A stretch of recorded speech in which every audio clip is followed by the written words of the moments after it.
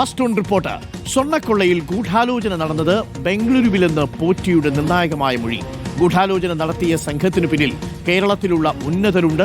5 അംഗ സംഘം ഗൂഢാലോചന നടത്തി. താൻ ഈ സംഘത്തിലെ ചെറിയ കണ്ണിയെന്നും പോറ്റി SITയോട്. സ്വർണ്ണക്കൊള്ളയിൽ പ്രത്യേക അന്വേഷണ സംഘം ചൊവ്വാഴ്ചയ്ക്കകം ഇടക്കാല റിപ്പോർട്ട് ഹൈക്കോടതിയിൽ സമർപ്പിക്കും. കട്ടളപ്പാളിയിലും പോറ്റിയുടെ അറസ്റ്റ് രേഖപ്പെടുത്തും. ചോദ്യം ചെയ്യൽ പൂർത്തിയായാൽ ഉടൻ തെളിവെടുപ്പ് നടത്താനാണ് പ്രത്യേക അന്വേഷണ സംഘത്തിന്റെ തീരുമാനം. ഹരിമോഹൻ, TV പ്രസാദ്, റഹീസ് റഷീദ് എന്നിവർ തത്സമയം ചേരുന്നുണ്ട്. ആദ്യം ഹരിമോഹനിലേക്ക്. Good morning Harimohan. Good morning TV Prasad. Good morning Rahees Rasheed. ആദ്യം നമുക്ക് ഈ കേസിലേക്ക് പോകാം. ഏറ്റവും ഒടുവിൽ നമുക്ക് ലഭിക്കുന്ന വിവരങ്ങൾ ഹരിമോഹൻ പ്രേക്ഷകരുമായി പങ്കുവയ്ക്കും.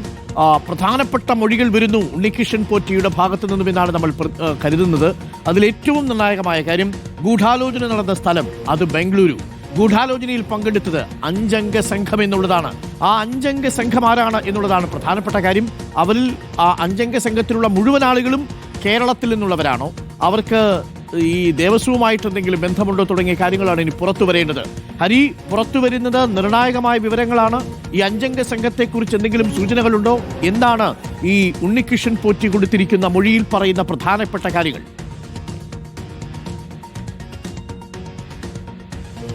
Arun, good morning. തീർച്ചയായിട്ടും ഇന്നലെ ഉണ്ണികൃഷ്ണൻ പോറ്റി മാധ്യമങ്ങൾക്ക് മുൻപിൽ നടത്തിയ പ്രതികരണം അതാണ് ഏറ്റവും പ്രധാനപ്പെട്ടതുണ്ടായിരുന്നത്. അതായത് തന്നെ കുടുക്കിയതാണ് എന്നതടക്കമുള്ള മൊഴികൾ അല്ലെങ്കിൽ ഇന്നലെ അത്തരത്തിൽ മാധ്യമങ്ങളോട് ഉണ്ണികൃഷ്ണൻ പോറ്റി പ്രതികരിച്ചിരുന്നു.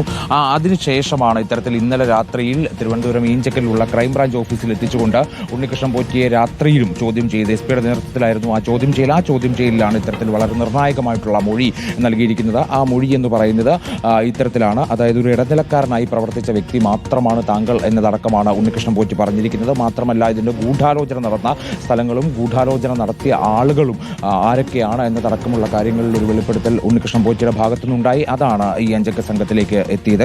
അത് ആരൊക്കെയാണ് എന്നതടക്കം ഉണ്ണികൃഷ്ണൻ പോറ്റി പ്രത്യേക അന്വേഷണ സംഘത്തോട് പറഞ്ഞിട്ടുണ്ട് എന്നുള്ളതാണ് നമുക്ക് ലഭിക്കുന്ന വിവരം.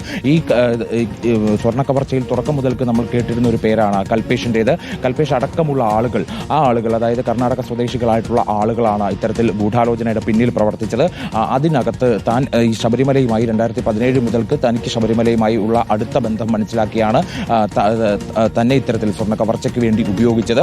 താൻ അതിനുവേണ്ടി നിന്നു കൊടുക്കുകയായിരുന്നു. പക്ഷേ അതാണ് തന്നെ കുടുക്കിയത് എന്നുള്ളതാണ് ഉണ്ണികൃഷ്ണൻ പോറ്റി പറയുന്നത്. അതായത് പൂർണ്ണമായും തൻ്റെ തലയിലേക്ക് വരുന്ന ഒരു കുറ്റകൃത്യത്തെ അത് മറ്റുള്ളവരിലേക്കും കൂടി അല്ലെങ്കിൽ മറ്റുള്ളവർ കൂടി അതിൻ്റെ ഭാഗമായിരുന്നു എന്നുള്ളതാണ് ഇപ്പോൾ ഉണ്ണികൃഷ്ണൻ പോറ്റി വ്യക്തമാക്കുന്നത്. അത് ബംഗളൂരുവിൽ നടന്നൊരു ഗൂഢാലോചനയാണ്. ആ ഗൂഢാലോചനയ്ക്ക് പിന്നിലുള്ളത് അതായത് അവിടെ കർണാടക സ്വദേശികളായിട്ടുള്ള ഈ 5 പേരും ഗൂഢാലോചന നടത്തുന്നു. അതിന്റെ ഭാഗമാകുന്നത് ഉണ്ണികൃഷ്ണൻ പോറ്റിയാണ്. പക്ഷേ അതേസമയം തന്നെ കേരളത്തിലുള്ള പ്രമുഖരായിട്ടുള്ള അല്ലെങ്കിൽ പ്രധാനപ്പെട്ട ചില വ്യക്തികൾ കൂടി അതിന്റെ പിന്നിലുണ്ട് എന്നുള്ളതാണ് ഉണ്ണികൃഷ്ണൻ പോറ്റി സൂചിപ്പിക്കുന്ന ഒരു വളരെ പ്രധാനപ്പെട്ട മൊഴി എന്ന് പറയുന്നത്. അത് ഉണ്ണികൃഷ്ണൻ പോറ്റി പ്രത്യേക അന്വേഷണ സംഘത്തോട് ആ പേര് വിവരങ്ങൾ അടക്കം വ്യക്തമാക്കിയിട്ടുണ്ട് എന്നുള്ളതാണ് നമുക്ക് ലഭിക്കുന്ന വിവരം. മാത്രമല്ല ഉണ്ണികൃഷ്ണൻ പോറ്റി പറയുന്ന വളരെ പ്രധാനപ്പെട്ട ഒരു വിവരമുണ്ട്. തനിക്ക് സാമ്പത്തിക ലാഭം കാര്യമായി ഉണ്ടായിട്ടില്ല എന്നതാണ് അയാൾ നൽകിയിട്ടുള്ളത്. ഉണ്ണികൃഷ്ണൻ പോറ്റി ആദ്യമേ പറയുന്നത് അതാണ്. ആദ്യം കട്ടളപ്പാളി കൊണ്ടുപോയി, കട്ടളപ്പാളിയിൽ തനിക്ക് സാമ്പത്തിക ലാഭം കിട്ടിയില്ല. അങ്ങനെ ദ്വാരപാലക പാളി കൂടി കൊണ്ടുപോകാൻ ശ്രമിച്ചു. ആ ദ്വാരപാലക പാളിയിലാണ് തനിക്ക് അല്പമെങ്കിലും ലാഭം കിട്ടിയത്. പക്ഷേ അത് കാര്യമായ ലാഭമുണ്ടായില്ല.